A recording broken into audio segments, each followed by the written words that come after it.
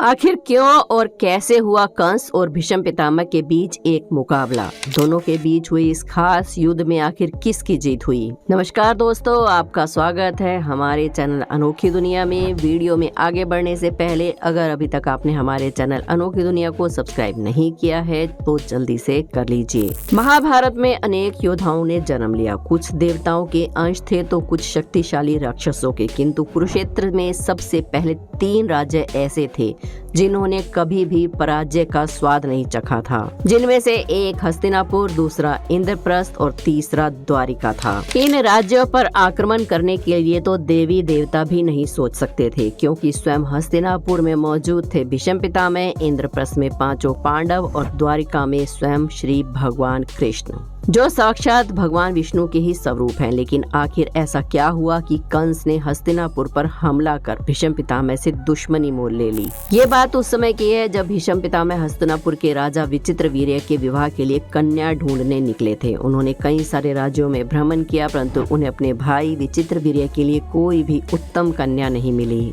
फिर उन्होंने अपनी सेना को कई सारे राज्यों में भेजा ताकि वो एक उत्तम कन्या की खोज कर सके।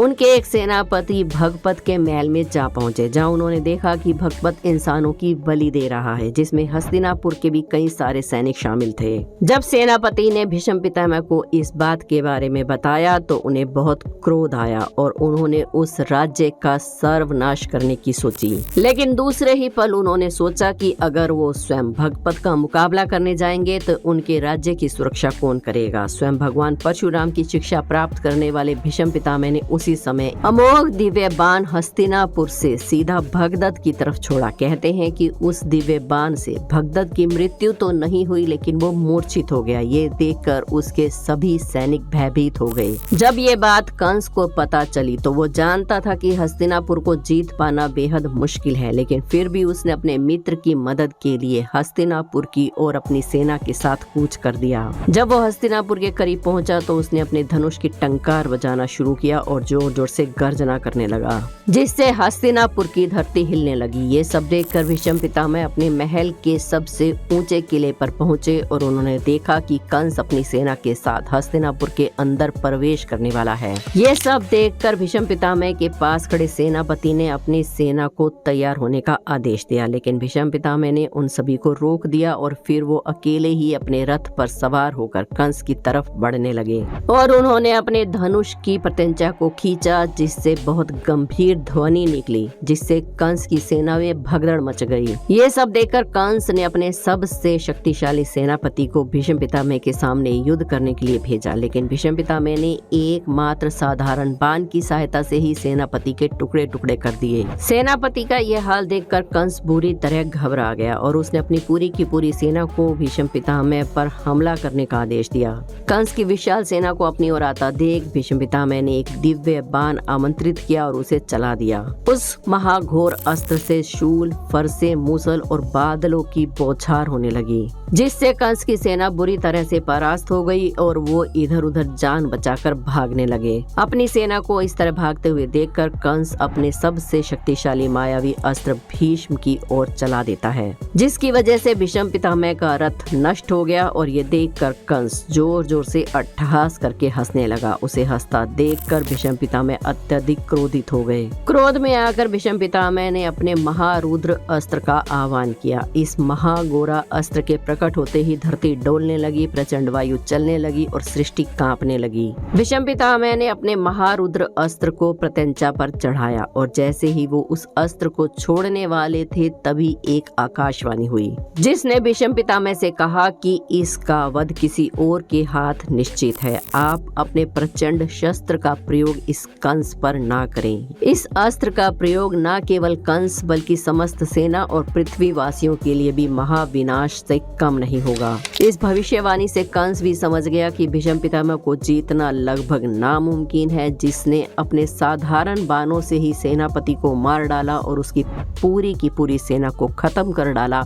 वो कंस को मारने का सामर्थ्य भी रखता है। ऐसे में कंस अपनी बची कुची सेना लेकर वापस भाग गया। भीष्म पितामह भी आकाशवाणी की बात समझ गए थे और कंस को राज्य से जाने दिया। इस कहानी से पता चलता है कि भीष्म पितामह कितने ज्यादा शक्तिशाली थे, जिन्हें जीत पाना लगभग नामुमकिन था। लेकिन उन्होंने अपने जीवन में बहुत सी गलतियां की और उन्हीं गलतियों के कारण हुआ महाभारत। करीब 58 दिनों तक मृत्यु शैया पर लेटे रहने के बाद जब सूर्य उत्तरायण हो गया और भीष्म पितामह ने अपना शरीर छोड़ दिया, इसीलिए ये उनका निर्वासन दिवस भी कहा जाता है। लेकिन दोस्तों, क्या आप जानते हैं कि भीष्म पितामह की ऐसी गलतियां कौन सी थी जिनकी वजह से हुआ था महाभारत? उनकी सबसे बड़ी गलती तो ये थी कि धृतराष्ट्र के अन्याय पर भी वो हमेशा चुप रहे। भीष्म पितामह जानते थे कि पुत्र मोह में धृतराष्ट्र पांडवों के साथ अन्याय कर रहे हैं, लेकिन राजा और राज सिंहासन के प्रति निष्ठा के चलते भीष्म पितामह उनके साथ बने रहे।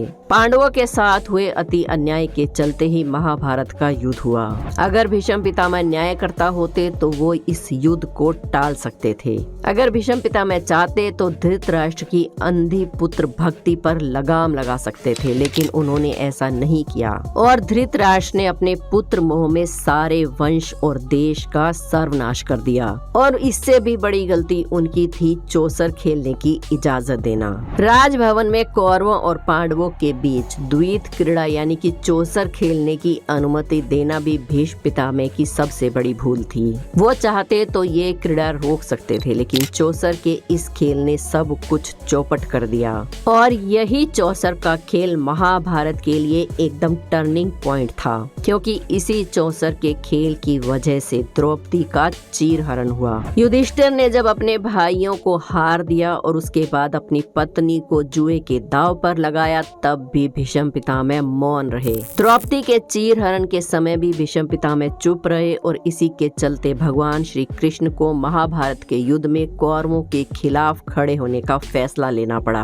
भीष्म पितामह जानते थे कि कर्ण पांडवों के सबसे बड़े भाई हैं और वो कौरवों और पांडवों में सबसे बड़े हैं, लेकिन ये जानते हुए भी वो मौन रहे। अगर भीष्म पितामह मौन ना रहकर इस बात को सबके सामने जाहिर करते तो हो सकता है कि कर्ण को बड़ा भाई होने के नाते हस्तिनापुर का महाराज घोषित कर दिया जाता और ये युद्ध टल जाता। इतना ही नहीं, भीष्म पितामह ने एक बार और बड़ी गलती की। जब भगवान श्री कृष्ण शांति दूत बनकर आए थे और सिर्फ 5 गांव का प्रस्ताव रखा था, तब भी भीष्म पितामह धृतराष्ट्र पर भगवान श्री कृष्ण की बात मान लेने का दबाव बना सकते थे। दरअसल भीष्म पितामह ही थे जो राज सिंहासन के रखवाले थे और राज कार्यों के मामले में निर्णय लेते थे, इसलिए धृतराष्ट्र को उनकी हर बात को मानना ही होता था। और भीष्म पितामह ये विभाजन रोक सकते थे, लेकिन उन्होंने ऐसा नहीं किया। भीष्म पितामह ये जानते थे कि दुर्योधन और शकुनी बुरी नीयत रखते हैं और वो हमेशा पांडवों के खिलाफ षड्यंत्र रचते रहते हैं। और ये सब जानते हुए भी ना तो उन्होंने कभी दुर्योधन को धर्म के मार्ग पर लाने की कोशिश की और ना ही कभी उसके विरोध में खड़े हुए।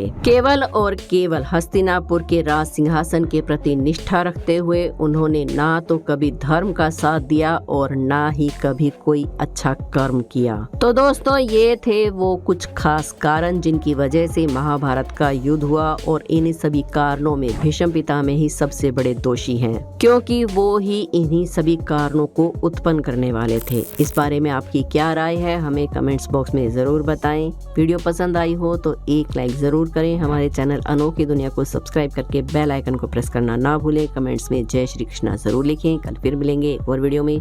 जय श्री कृष्णा।